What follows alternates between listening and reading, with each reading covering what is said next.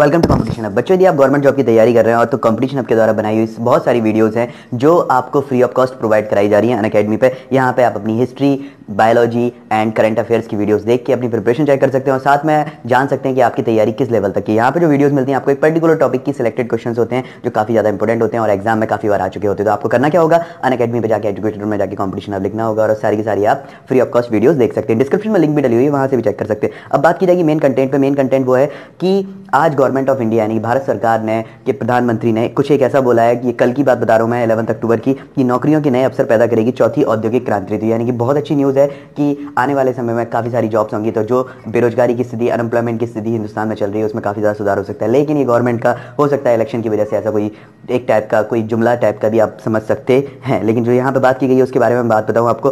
पहले 3 औद्योगिक क्रांतियों में भारत को रखा गया था अलग थलग। तो पहली जो 3 औद्योगिक क्रांतियों की बात की गई है उनके बारे में हम बात कर लें। उसके बाद यहाँ पे पर्टिकुलर उन्होंने जो बात की है, मोदी ने विश्व आर्थिक मंच यानी कि WEF, ठीक है, वर्ल्ड इकोनॉमिक फोरम पे ये वाली बात बोली कि centre for the fourth industrial revolution की शुरुआत पर कहा कि उनकी सरकार चौथी औद्योगिक क्रांति के फायदों का लाभ उठाने के लिए नीतिगत बदलाव को तैयार है। हमारी विविधता, जनसंख्या, क्षमता, तेजी से बढ़ता बाजार का आकार और डिजिटल संरचना में देश का शोध और क्रियान्वयन का वैश्विक केंद्र बनने की संभावना बनी हुई। तो ओवरऑल यदि बात की जाए इस पर्टिकुलर औद्योगिक क्रांति के बारे में, तो साथ में मैं आपको बता दूं कि पहली जो औद्योगिक क्रांति थी वो थी 1765 की बात की गई है। इसमें क्या हुआ था, इससे रिलेटेड मैं आपको बता दूं चौथी औद्योगिक क्रांति के बारे में आखिरकार है क्या चीज, किस चीज के बारे में बात कर रहे हैं। तो पहली औद्योगिक क्रांति में जो कृषि थी, जो एग्रीकल्चर था, उसको इंडस्ट्रियलाइजेशन पे फोकस किया गया था इस टाइम पे, कि कृषि को उद्योग से जोड़ा गया था। सेकंड जो औद्योगिक क्रांति थी, सेकंड इंडस्ट्रियल रिवॉल्यूशन जो हुआ था 1817 में हुआ था, इसमें क्या था, जो इलेक्ट्रिसिटी के बारे में, गैस और ऑयल के बारे में बहुत ज़्यादा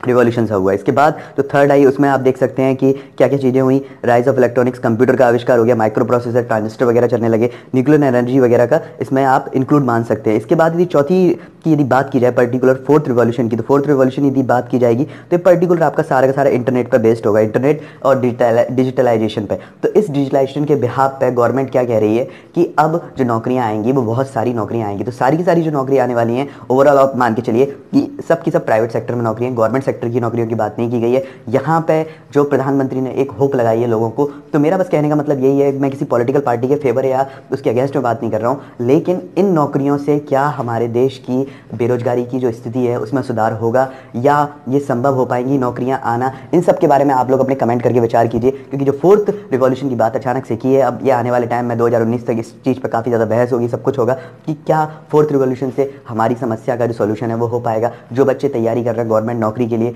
क्या उनको इस चीज़ का सॉल्यूशन मिल पाएगा। तो काफ़ी सारे सवाल हैं, उनके जवाब आपको देने होंगे, तो वो सब आप कमेंट में दे सकते हैं इस चीज़ के लिए। तो जो मैंने अभी आपको जो गाइड किया, जो बताया, उस चीज़ से यदि आप सहमत हो तो बिल्कुल कमेंट कीजिएगा। Thank you so much for giving your value.